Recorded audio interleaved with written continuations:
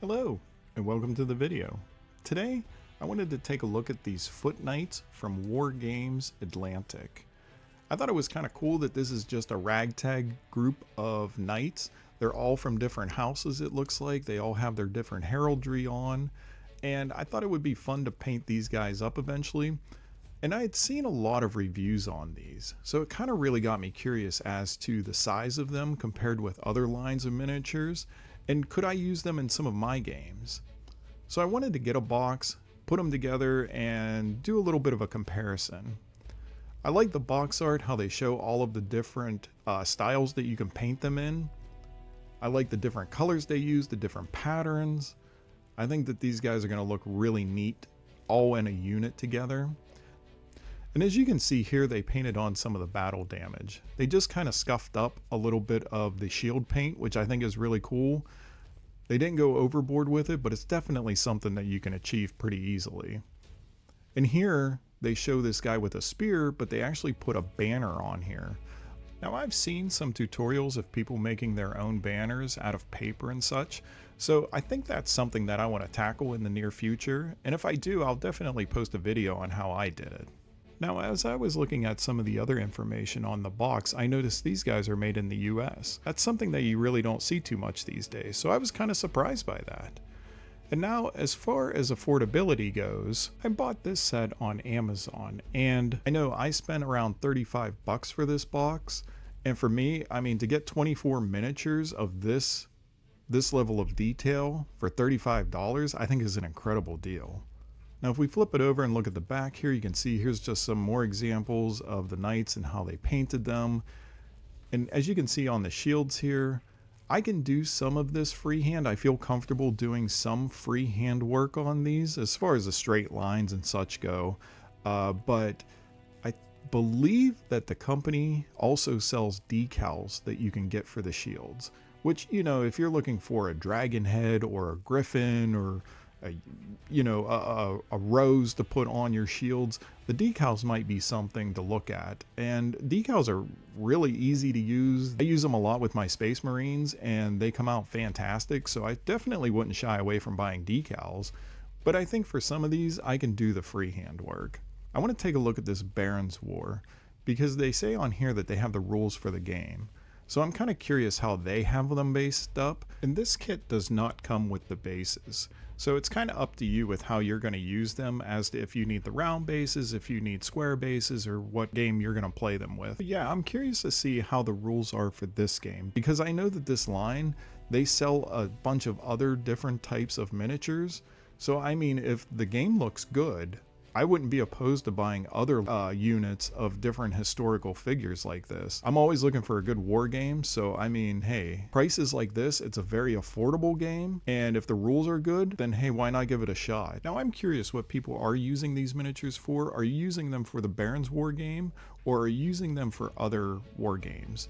Let me know in the comments how you're using these miniatures. But as I said at the beginning, I wanted to kind of see how these guys would fit into some of my other war games. So I'm going to take a look at how they compare to some of my other miniatures. Okay, so in the box there are 4 sprues, and these are all identical. They all have the exact same pieces on them. So to get a better look at them, I'm going to keep the one and move these other 3 aside. Okay, so here each sprue has 6 different sets of legs. So you can make a total of 6 different figures from each of the sprues. And here we have 12 different heads. The head sculpts are really neat. They come with a variety of armored and unarmored, and some that are partially armored. So there's a lot of different varieties here, so you can kind of pick the ones that you like or what's going to go with your game and use those ones. Alright, and now see there is a lot of different weaponry here. We have axes, we have maces, we have swords. They look like short swords, falchions, maybe long swords even. There's a 2-handed axe. And the one here I'm looking at, I'm trying to decide if this is like a war pick that they intended, or if this is one of those, and I might be wrong with this, I might have just made this up, but I think that the knights used to use a tool like this to like hook onto the opponent's shield and pull it down. So if the opponent's hiding behind a shield, you can use this to kind of pull it down from them and then attack. But as I said, I might have made that up, and I tried to Google it to see if I could find a name for it, but I didn't come up with anything. So let me know in the comments if I'm thinking correctly or if I am totally just making stuff up. As you can see here, they have 6 different torsos. I really like the torsos. They're pretty simple.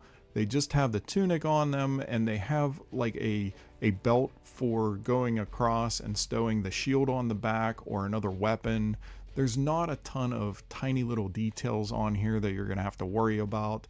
You can still make them look nice, but you're not going to spend forever just painting up all these little knickknacks that the knights might be carrying. And here we have 6 different shields. There's some smaller ones, larger ones, and then this oval sized one. As you can see, they're perfectly smooth, so there is no sculpt on these shields. So with these shields, you can definitely do some freehand work on them. I can certainly paint some straight lines on them or some simple designs, but if it gets much more complicated, I'm gonna have to see about getting decals for them. They also have some of these arms without hands. So if you're using the two-handed axe, and there is a couple two-handed sword grips, you can use these arms here that don't have a hand attached to them. It also comes with these 6 different swords and a scabbard to put on the side of the knight, so even if they're using an axe and shield, they still have their spare sword to draw. And here's the spear that we saw in the cover art. As I said, I'm kind of looking forward to trying to put a banner, or I think that might look really cool, and it would be a fun little project to try. I've never tried to make my own, so I'm looking forward to giving that a shot. Now, since I wanted to compare the size of these guys, I assembled one of them. And I left the shield off because for all of these guys, I would keep the shield separately so I can paint what's underneath the miniature, his arms and such, without the shield blocking it. So I think I'll keep those all separate, paint them up, and then glue them on. But here is this guy up against a Warhammer bowman. As you can see here, he's a little bit small compared to the bowman. I think that the Citadel figure here is a little bit wider, a little bit beefier. Now these guys are both 28 millimeters, but the Warhammer guys are heroic scale. So I think that makes them just a little bit exaggerated with hand size and the size of their heads. But as you can see here, the knight is just a tiny bit smaller than what he is.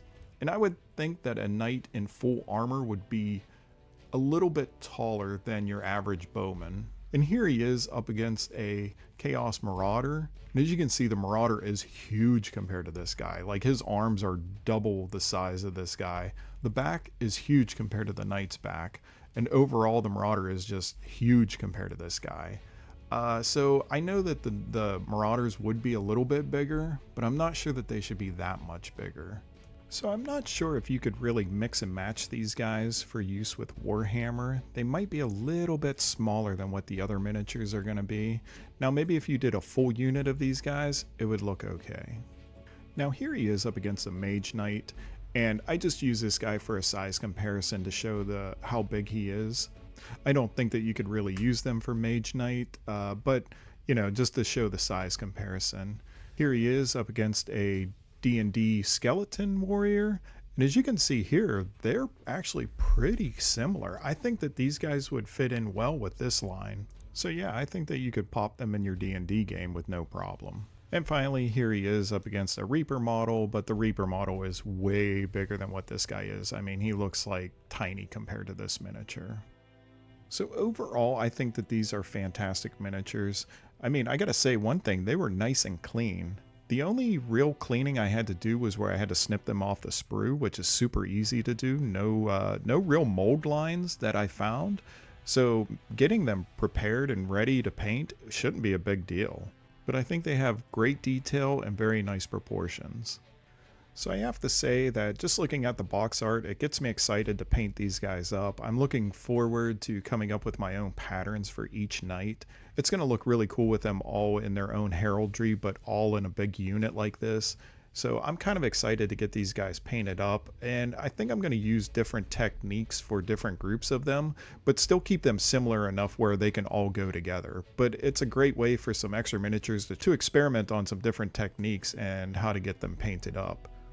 But yeah, I think these guys look really good. I'm impressed with them, and for the price, I think that these are fantastic miniatures. I'm very impressed. and I can't wait to get started painting on them. So if you made it this far, I want to say thanks for watching. I hope that you'll come back and watch some of the painting videos, and if you have any recommendations on how you'd like to see them painted, please let me know. I'm always looking for new techniques on how to paint miniatures. I've been having a lot of fun experimenting with different ways. So yeah, I hope that you enjoyed the video, and I hope to see you in the next one. Talk to you later. Bye.